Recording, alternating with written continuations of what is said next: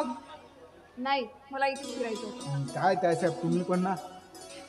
तुला सांगू श्याम, तुझे चेतन मालक जेव्हापासून सिंगापूरला गेलेत ना, 6 महिने झाले, पण हे 6 महिने मला 6 वर्षासारखेच वाटतात बघ ना. वाटणारच ना, साहजिकच आहे. ते कधी कधी तिकडून परत येतात असं वाटतं मला.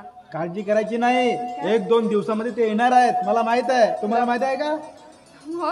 नाही, मला माहित अरे नव्हतं. बापरे, मला हे माहित होतं का तुला माहित असणार म्हणून, कारण तू मेन आहेस ना. हा, मेनाने हा घरचं सगळं काही मला माहित असतं. बरोबर.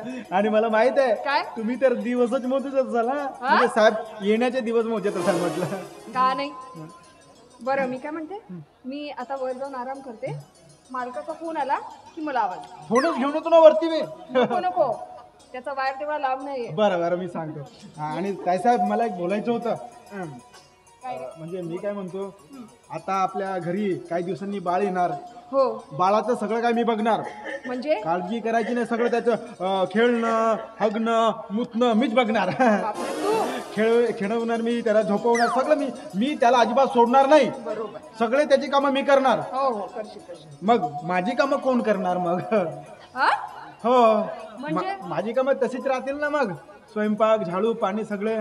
म्हणून म्हटलं त्यासाठी काय म्हणायचंय? म्हणजे त्या कामासाठी थोडं वेगळी म्हणजे मोलकरीण वगैरे राहिली असते तर बरं झालं असतं नाही का. म्हणजे माझी इच्छा तशी नाही, मोलकरीण? माझी इच्छा नाही. तुझी इच्छा नाही आहे पण ना? ते काम पाहिजे काम. हे बघ श्याम, अरे आजकाल या नोकराचा काय काय विश्वास ठेवायचा या नोकरावर? हो, तो बरोबर आहे की नाही? बरोबर आहे म्हणा. कोणता नोकर कसा, कोणती नोकरीण कशी आपल्याला माहिती आहे का? हो, नाही, नाही, ना? नाही, नाही, बरोबर आहे मग आपण एक काम केलं तर, काय? आपण ना तुझं लग्न करूया. हा? नाही की हो? आम्ही नाही जा.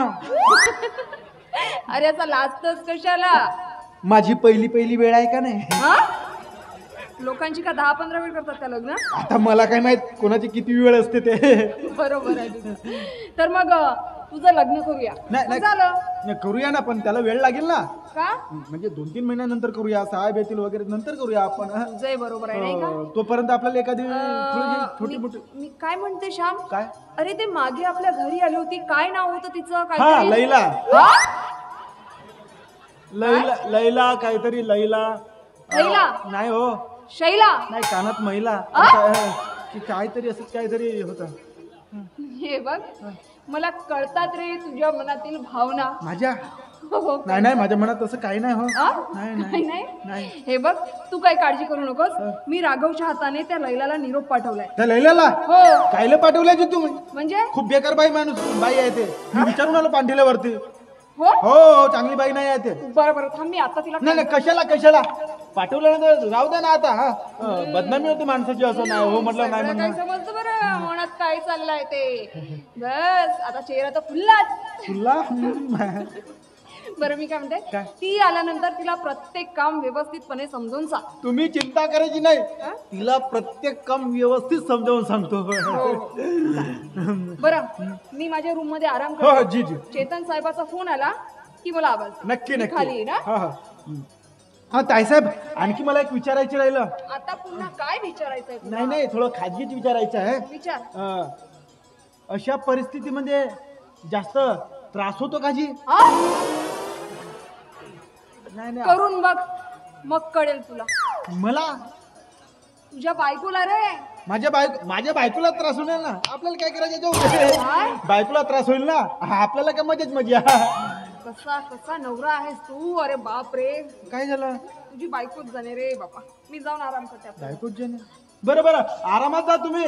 हो, काळजी घ्या बरं. आणि खाली येऊ नका. काय लागलं तर मला सांगा, मी वरती येतो. बरं आता यानंतर नाही. हा हा, ठीक आहे. बरं, आरामात जा. एक पायऱ्या मोजत होतो, आजपर्यंत मोजले नाही ना म्हणून. मस्करी करतोस? नाही हो. एक श्याम, माझ्याचा मार खाशील ना तू आता. चांगलं वाटेल मला. असं ये इकडे. नाही नाही, असू द्या ना. दो 3. अरे बापरे, स्वतःच मोजले.